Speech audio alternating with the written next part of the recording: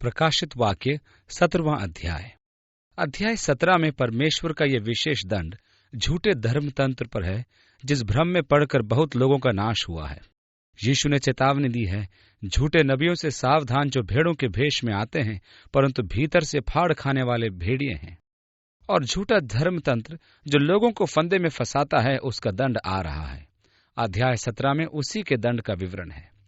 बाबुल को पवित्र शास्त्र में गड़बड़ी का चिन्ह माना गया है, क्योंकि बाबुल से ही जीवित परमेश्वर से विद्रोह आरंभ हुआ और मनुष्य ने बुर्ज बनाने की योजना बनाई थी ताकि वे संपूर्ण जगत में संपर्क कर सकें। प्राचीन मनुष्य अज्ञान न था, जैसा कि हम कई बार सोचते हैं।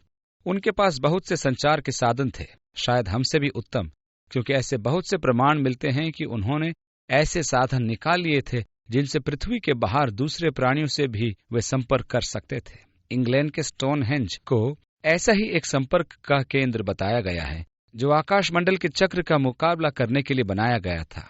पूरे उत्तरी अमेरिका में भी रेड इंडियनों के पास छोटे छोटे स्टोनहेंज थे, जिनके बीच में बैठकर वे आत्माओं से संपर्क कर सकते थे। उनको भी उसी विन्यास शैली में बनाया गया था जो हम वहां पर देखते हैं। बड़े बड़े पत्थर सिलिकोस पर लगाए गए थे। सिलिकॉन वह अधातु है जिसे कांच बनाने के लिए काम में लिया जाता है। हम जानते हैं कि छोटे रिसीवर बनाने के लिए आप क्रिस्टल लेते हैं और उस क्रिस्टल के द्वारा आप ये काम कर सकते हैं। क्या आपके पास कभी क्रिस्टल सेट रहा है जिससे आपने रेडियो सुना हो? जब हम छोटे थे तो हम बिल्लौर के सेट यानी कि क्रिस्टल के सेट से रेडियो बनाकर उससे सुनना हमें बहुत अच्छा लगता था। बाबुल में वे स्वर्ग से संप्रेषण करने के लिए उस मीनार को बना रहे थे, क्योंकि वे ज्ञान व क्षमता में इतने उन्नत व विकसित थे कि परमेश्वर ने कहा, देखो मनुष्य क्या करना चाहता है। यदि हमने उनको न रोका तो वे ऐसे क्षेत्र में पहुंचेंगे जहां उनका कोई काम नहीं। और परमेश्वर ने उनकी भाषा में गड़बड़ी डाली और इस प्रकार शब्द बाबुल बोलने का पर्यायवाची बन गया, अर्थात न समझ आने वाली ध्वनियां। उसने क्या कहा? मुझे नहीं मालूम, कुछ बड़बड़ा रहा है। तो बाबुल अज्ञात बोलियों का समानार्थक बन गया। अब वे एक दूसरे से विचारों का आदान प्रदान नहीं कर सकते थे, क्योंकि उनका भाषा तंत्र बदल गया था और वे भाषा के समूहों में बंटकर उस क्षेत्र से दूर चले गए थे।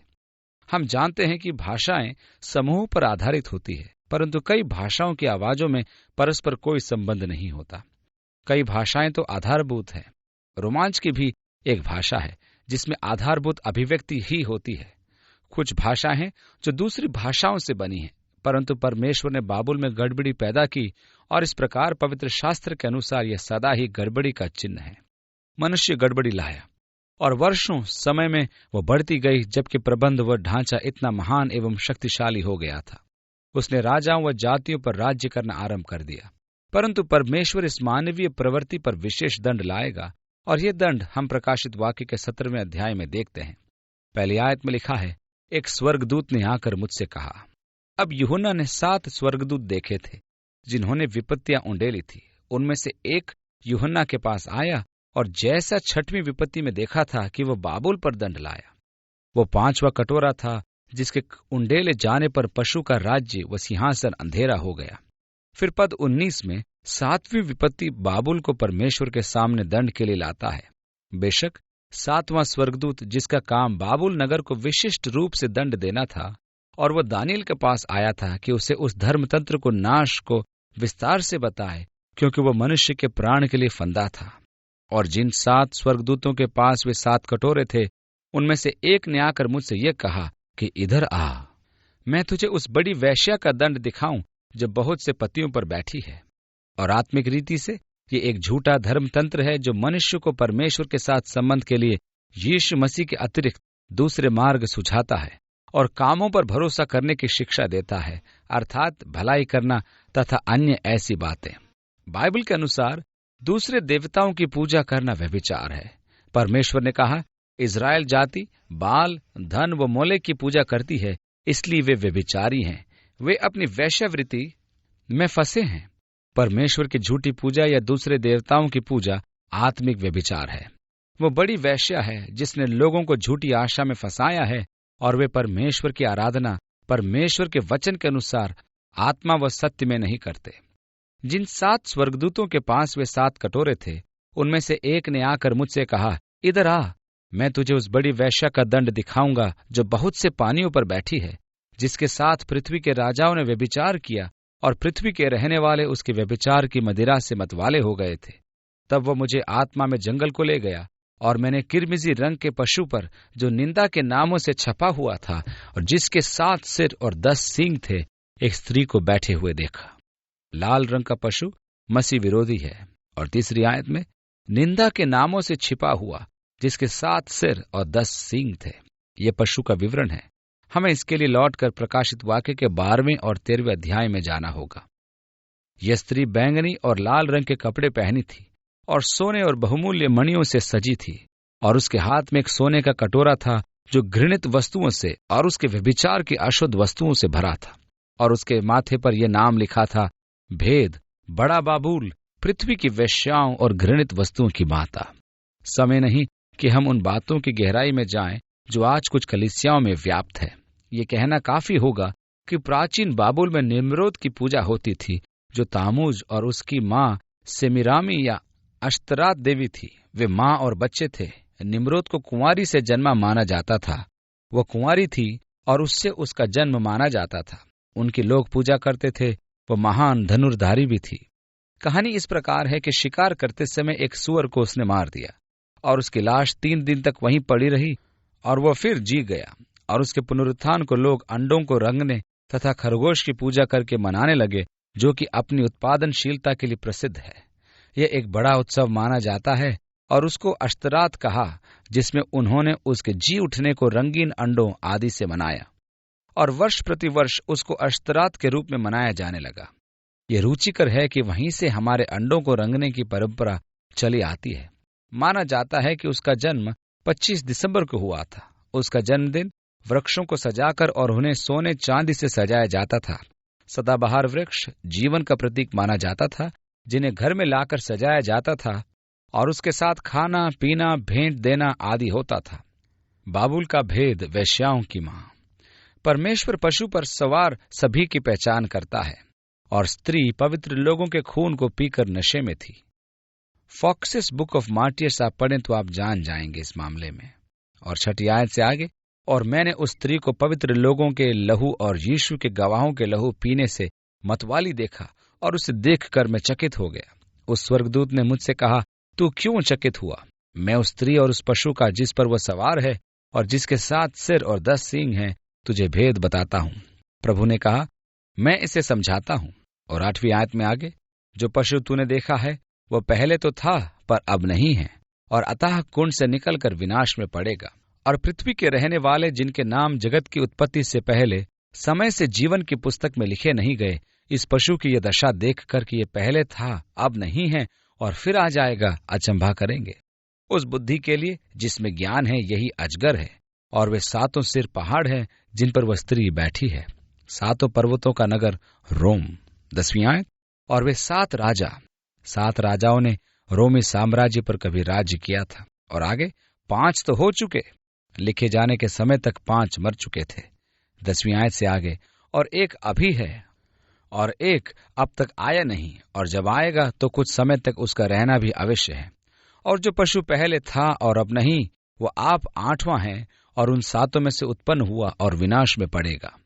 तो इसके अनुसार पशु उन 5 में से एक है जो इस प्रकाशित वाक्य के यूहन्ना द्वारा लिखे जाने से पहले थे। जब यूहन्ना लिख रहा था वह जीवित न था, वह अथाह कुंड में था। वह अथाह कुंड से निकलता है, परंतु जगत इस व्यक्ति पर अचंभा करेगा कि जो मर गया था वो जी गया, रोम के 7 मुख्य सम्राटों में से। और वह जो वर्णन से बहुत मिलता जुलता है, नीरो था, जिसके नाम की संख्या रोमन में 666 है। आरंभिक कलीसिया नीरो को पशु कहती थी, क्योंकि उसने कलीसिया पर बहुत क्रूरता की थी। इसके अतिरिक्त वो दुष्टात्मा ग्रस्त था। जो काम उसने किए वे वही मनुष्य कर सकता था जिसका मन शैतान ने भ्रष्ट कर रखा हो। मसीहियों पर भयंकर क्रूरता जो इस व्यक्ति ने की, केवल वही मनुष्य कर सकता था जो पूर्णतः शैतानी शक्तियों के अधीन हो। 11वीं आयत में आगे, और जो पशु पहले था और अब नहीं, वह आप 8वां है और उन बातों में से उत्पन्न हुआ और विनाश में पड़ेगा। और जो 10 सींग तूने देखे वे 10 राजा हैं जिन्होंने अब तक राज्य नहीं पाया, पर उस पशु के साथ घड़ी भर के लिए राजाओं का साधिकार पाएंगे। इसका अर्थ हुआ अभी वे राजा नहीं हैं, परंतु उसे राजा के समान अधिकार मिलेगा। 13वीं आयत, वे सब एक मन के होंगे और वे अपनी सामर्थ और अधिकार उस पशु को देंगे। और यीशु से लड़ने के लिए और उसे नाश करने के लिए वे एक मन होंगे जब यीशु इस पृथ्वी पर राज्य की स्थापना करने आएगा। ये राजा एक मन होंगे और वे अपनी शक्ति व सामर्थ मसीह विरोधी को दे देंगे। वह इस नियत से अगुआ बन जाएगा कि पृथ्वी पर परमेश्वर के राज्य की स्थापना न होने दे। और पत्री लिखते हुए यूहन्ना कहता है, मसीह विरोधी का आत्मा तो जगत में कार्य कर रहा है। आज मसीह विरोधी का आत्मा जगत में काम कर रहा है। बहुत से शक्तिशाली लोग हैं जिन्होंने स्वयं को परमेश्वर द्वारा नाश करने के लिए समर्पित किया हुआ है। उन्होंने अपनी योग्यताओं व शक्तियों के द्वारा लोगों के मनों से परमेश्वर के विचार व चेतना को समाप्त करने की ठानी हुई है। वे परमेश्वर के लोगों को नाश करने पर उतारू हैं। परमेश्वर का नाश करने में उनका उद्देश्य है कि मनुष्य स्वतंत्र होकर शरीर के अनुसार जी सके, जिससे न तो पछतावा हो और न ही विवेक से मनुष्य को कचोटा जाए। वे बाइबल आधारित प्रत्येक नैतिक विचार को समाप्त करना चाहते हैं कि हर प्रकार का धर्म विवेक रहित होकर करें। अतः यदि वे परमेश्वर का नाश कर दें तो दोष का भी नाश हो जाएगा। यही मानवतावाद का सिद्धांत है। मसीह विरोधी का आत्मा पहले से कार्यरत है और बहुत सी प्रभावशाली अगुओं ने परमेश्वर के लोगों को नाश करने का विचार बना रखा है। वे इसमें सफल भी हुए हैं। यूरोप में उनका कार्य लगभग पूरा होने को है। आज यदि आप यूरोप जाएं तो आप अपने आप को कलीसिया के बाद के युग में पाएंगे। आप पाएंगे कि संसार रैप्चर के बाद कैसा होगा। आप लोगों की आंखों में निराशा को देख सकते हैं और साथ ही उन बातों को भी जो ऐसे समाज में होती हैं। आप नारीत्व के पतन को भी देख सकते हैं कि किस प्रकार बेचारी लड़कियां खिड़की से खड़े होकर आने जाने वालों को इशारा करती हैं। उनको व्यापार की वस्तु के समान प्रदर्शित किया जाता है। वहां पुतलों के समान खड़े होकर आने जाने वालों को आकर्षित करने का वे प्रयत्न करती हैं। आज आप स्त्री के उस पतन को देख सकते हैं जो भ्रष्ट लोगों के द्वारा किया गया है, क्योंकि परमेश्वर का बोध उनमें नहीं है। उन्होंने स्त्री का पतन उस हद तक कर दिया है जो मसीहियत से पहले अर्थात 2000 वर्ष पूर्व था। आज आप नंगी तस्वीरें और अश्लील पत्रिकाओं को देखते हैं और उन सब वस्तुओं को भी जो शरीर को आकर्षित करते हैं। वे पूर्णतया अपने शरीर की लालसाओं के अधीन हैं। जब आप इनके मतवालेपन को देखते हैं तो महसूस करते हैं कि ये लोग मनुष्यों के मन और विवेक से परमेश्वरीयता का नाश करने में सफल रहे हैं। अमेरिका में वे बड़ा परिश्रम कर रहे हैं और काफी आगे बढ़ गए हैं। उन्होंने अदालत से फरियाद की है जिसने उन्हें अश्लील बातें छापने की अनुमति दी। जब हम अश्लील पत्रिकाओं को देखते हैं तो खुलेआम वे उपलब्ध हैं। वे सच में लोगों की पवित्रता को समाप्त करने में सफल हुए हैं। परमेश्वर का धन्यवाद हो कि हमारे पास ऐसी साहसी अध्यापिकाएं हैं और वे मसीही हैं जो पृथ्वी के नमक हैं और सार्वजनिक स्कूल प्रणाली के अंधेरे में वे अभी भी ज्योति के समान चमकती हैं। आप सबके लिए मैं परमेश्वर का धन्यवाद करता हूं जो सार्वजनिक शिक्षा में हैं और एक टूटे समाज और इन बच्चों को जो बिगड़ी परिस्थितियों से आते हैं, आप उन तक ज्योति पहुंचाने का प्रयत्न करते हैं। परमेश्वर आपको आशीष दे। ये 10 राजा अपना अधिकार उस पशु को देंगे ताकि वे एक होकर परमेश्वर का नाश करें तथा एक बार फिर यीशु लौटने पर उससे लड़े ताकि परमेश्वर की व्यवस्था व राज्य को पृथ्वी पर स्थापित न होने दें। वे नहीं चाहते कि परमेश्वर उन पर राज्य करे। ये मेमने से लड़ेंगे और मेमना उन पर जय पाएगा, क्योंकि वह राजाओं का राजा और प्रभुओं का प्रभु है और उसके साथ बुलाए गए, चुने गए और विश्वास योग्य हैं। क्या परमेश्वर ने आपको उसकी संतान होने के लिए बुलाया है? यदि आपने परमेश्वर की उस बुलाहट के प्रति प्रतिक्रिया प्रकट की है तो उसने आपको अपने अनंत राज्य के भागी होने के लिए चुना है और हम उसकी विश्वास योग्यता में चलते हैं। हमारे पास प्रतिज्ञा है कि आप विश्वास योग्य रहें और उसकी आज्ञाओं का पालन करें तो वह भी जो पृथ्वी पर आने वाला है आपको संभालेगा। 15वीं आयत से आगे, फिर उसने मुझसे कहा कि जो पानी तूने देखा जिन पर वेश्या बैठी है वे लोग, भीड़ और जातियां और भाषा हैं, और जो 10 सींग तूने देखे हैं वे पशु और उस वेश्या से बैर रखेंगे और उसे लाचार और नंगी कर देंगे और उसका मांस खा जाएंगे और उसे आग में जला देंगे। ये राजा जो मसीह विरोधी को अपना अधिकार दे देंगे, वे कलीसिया का लाभ उठाएंगे, परंतु अब वे इस धर्मतंत्र के विरुद्ध हो जाएंगे। 16वीं आयत, उसे लाचार और नंगी कर देंगे और उसका मांस खा जाएंगे और उस आग में जला देंगे, क्योंकि परमेश्वर उनके मन में यह डालेगा कि वे उसकी मनसा पूरी करें। इस झूठे धर्मतंत्र के विरुद्ध परमेश्वर की यह इच्छा है। मेरे लिए यह बड़ी रुचिकर बात है कि परमेश्वर कई बार अधर्मियों को भी अपनी इच्छा को पूरी करने के लिए इस्तेमाल करता है। वह दुष्ट के मन में भी अपनी इच्छा को रोक सकता है।